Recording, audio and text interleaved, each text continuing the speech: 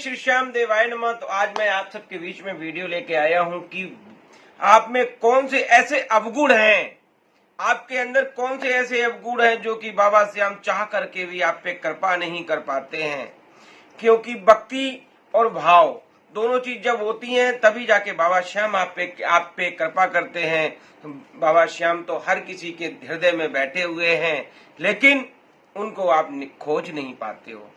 जैसे दूध के अंदर घी होता है, पूड़ियां पका सकते हो नहीं पका सकते हो, उसकी पूरी प्रक्रिया करोगे, निकालोगे, जब ही जाके आपकी पूड़ियां पकेंगी।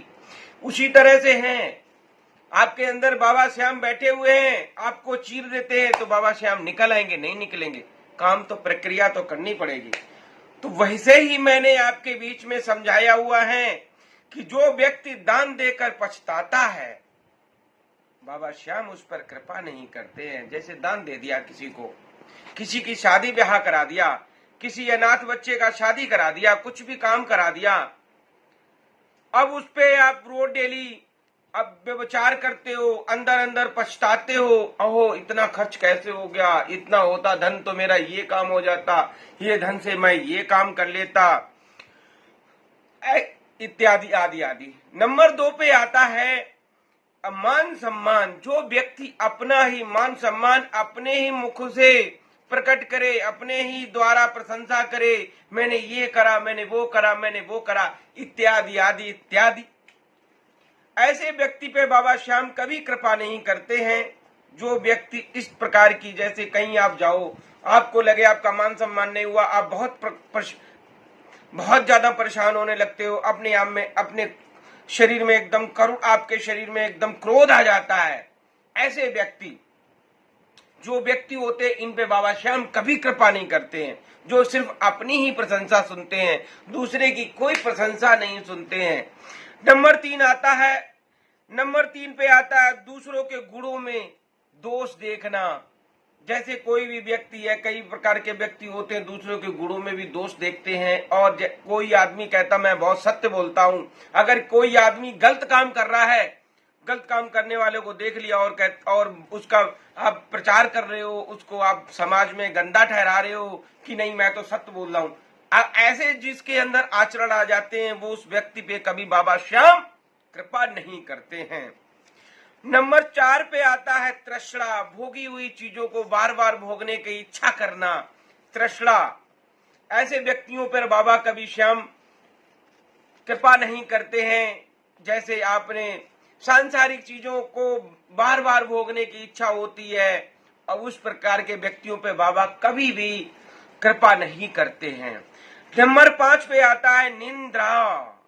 जो व्यक्ति अपनी निंद्रा पे कंट्रोल नहीं करते, सोते ही रहते, खाया सो गए, पड़े रहे, कोई अभ्यास नहीं, सुबह उठना नहीं है, सुबह 4 बजे उठना नहीं है, उठना है तो अलार्म बजा के उठना है, मोबाइल में, घड़ी में, किसी इत्यादि इत्यादि यंत्र में अलार्म लगा दिया, उसके थ्रू उठ रहे हैं।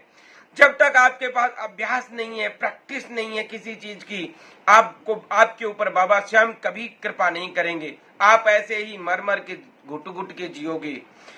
नंबर 6 पे आता है दूसरों से जलने वाला व्यक्ति।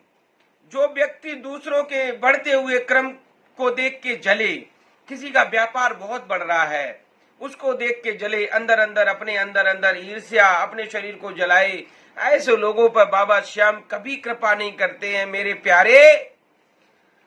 प्यारे, अगर बाबा श्याम की कृपा चाहते हो तो ऐसे लोगों से दूर हो जाओ। 7 नंबर पे आता है मोह। वे फजूल की चीजों पे मोह करना, जैसे सांसारिक मोह, पारिवारिक मोह। आपको इस तरह रहना चाहिए जैसे आप किसी ट्रेन में बैठे हैं और ट्रेन जब स्टेशन पे गाड़ी पहुंच जाती है, उतर के अपने अपने घर को चले जाते हैं। इसी तरह से आपका जीवन इस तरह से होना चाहिए। जो ज्यादा मोह माया में पड़े रहते हैं, बाबा उन पे कभी कृपा नहीं करते हैं। सांसारिक भोगों में आप पड़ जाते हैं तो ऐसे लोगों पे कभी भगवत प्राप्ति नहीं हो पाती है, और वो लगातार इसी तरह से परेशान होते रहते हैं, लगातार इसी में जूझते रहते हैं। ये तपती अग्नि की तरह होता है जिसमें आप लगातार जूझते रहते हैं, आपकी आत्मा को कभी संतुष्टि नहीं मिलती है। जो लोग भोग विलास के चक्कर में पड़े रहते हैं, उनकी आत्मा भोग विलास एक ऐसी चीज होती है, एक ऐसी अवगुण होता है जो कि आपके शरीर में बार बार जागती है।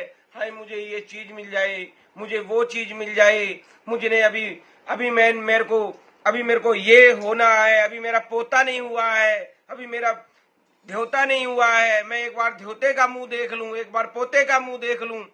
इन सब चीजों में ये जीवन ही ऐसा है, ये जीवन का मोह माया का क्रम ही ऐसा है। इस क्रम से आपको दूर होना पड़ेगा, आपको सत्य वचन पे चलना होगा, सत्य कर्म करने होंगे, सत्य कर्म का काम करना होगा, झूठ नहीं बोलना होगा, तब जाके बाबा श्याम आपके ऊपर कृपा करते हैं। पहले आप अपने कर्मों को सुधारें, पहले आप अपनी इच्छाओं को सुधारें, पहले आप अपने मन को सुधारें, उसके बाद में ही आप कर सकते हैं। जाके उसके बाद श्याम बाबा आप पर कृपा करते हैं और आपका जीवन सुखमयी हो जाता है, भगवत प्राप्ति हो जाती है। और आप भगवत प्राप्ति के बाद में आपका शरीर जब आप छोड़ते हैं तो आपका शरीर, आपकी जो आत्मा है वो सीधा वैकुंठ धाम को जाती है। बोलो जय श्री श्याम।